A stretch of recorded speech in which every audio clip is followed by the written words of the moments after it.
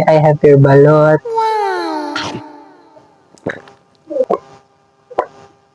Bato niya. So, hi guys, this is Kyle.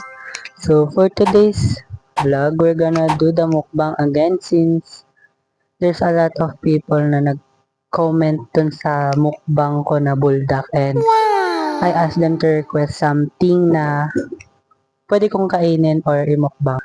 I saw this comment, this one, and he said na ano daw, like mga isaw, mga panggabing street food. So let's go. Magmukbang na tayo. So guys, I have here itong mga pang street food na gabi. I have here balot, here hotdog, and dugo and ulo ng manok. That's it. First thing natin is ito, hotdog. Kayo guys, ano yung mga street foods na gustong gusto niyo guys? Gasahan na pala to, suka siya. Hmm.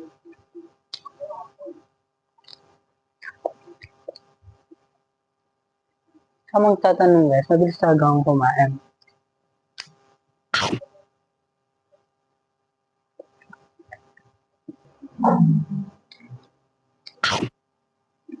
Hmm. The next food that we're gonna try is dugo. Oh my god, this is my favorite one. I really love dugo. Yes, I love dugo. Let's bite. Hmm. Oh my god. Hmm. This is so good.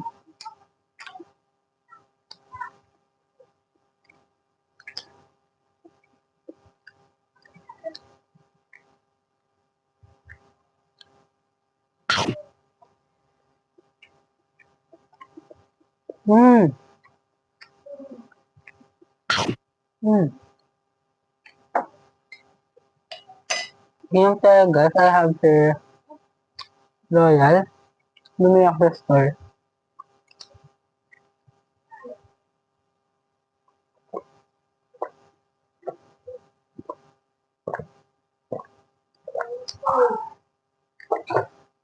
The next itatry natin is this ulo.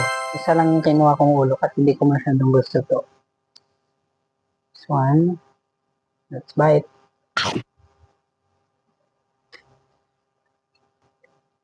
Meron siyang mga buto guys.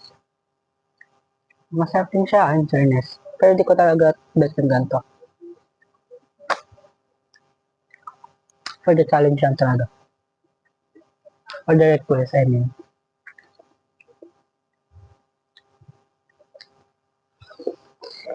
Mm.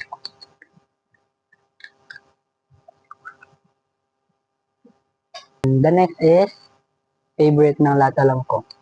Balot. We're gonna try this. Pinaka-favorite kong part ng balot is the itik. Itik ba yun yung maliit? Basta yung unang bukas, bato agad. So, anin natin yung sabaw niya.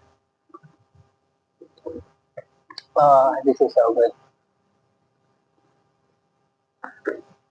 I really love balot. First bite. Mmm. Ito yung bato niya banda. Lambot. Tap.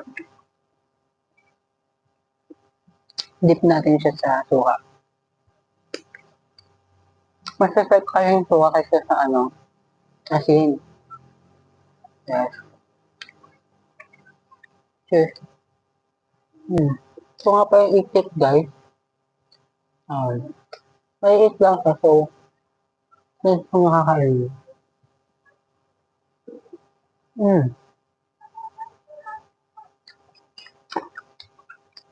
Suka.